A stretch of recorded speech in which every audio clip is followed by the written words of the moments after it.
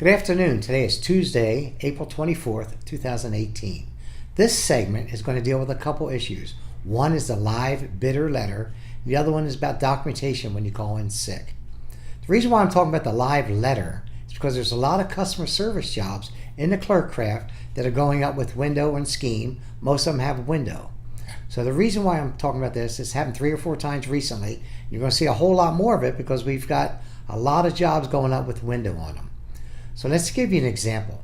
If 2 people bid on a job and I'm the second senior person, the first person gets a window job pending qualification. They're not qualified.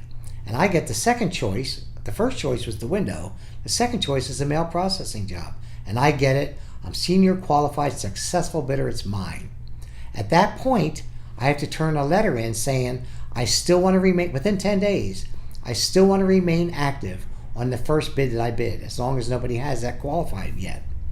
Now, if a month later from now, I see another job that goes up, and I bid on that one, and I get it as a senior qualified successful bidder, and I still want to remain active on that first one because there might be a month or so before the first person is scheduled for window training, I must put a live letter in. Every subsequent bid that you get, you have to put a live letter in within 10 days to say you still want to remain active on that first bid if it's not qualified for yet. So remember that, because that could cost you a job.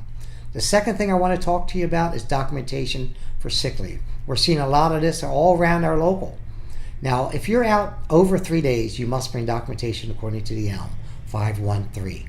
The documentation, though, can't say under my care, can't say seen in my office. It has to say something like he's incapacitated to perform the functions of his job or unable to perform the functions of their job, his or her job.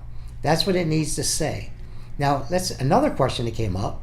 Well, I have FMLA and my parameters say I can miss 4 days in a row, twice a month. Well, if you miss 4 days in a row and you have FMLA that says that, and I miss 4 days in a row and I don't have FMLA, we both have to bring documentation.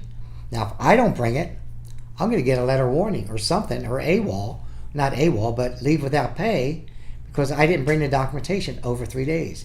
You, if you have approved FMLA and it says you can miss 4 days, but you didn't bring it, you're not going to get disciplined, but you're not going to get paid. So that's for pay purposes.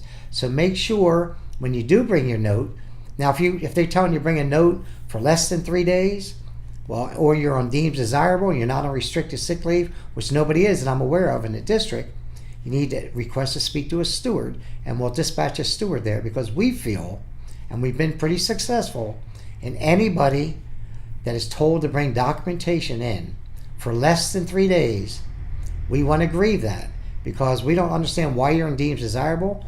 We would want your co-payment paid and the mileage it takes you to and from the doctor.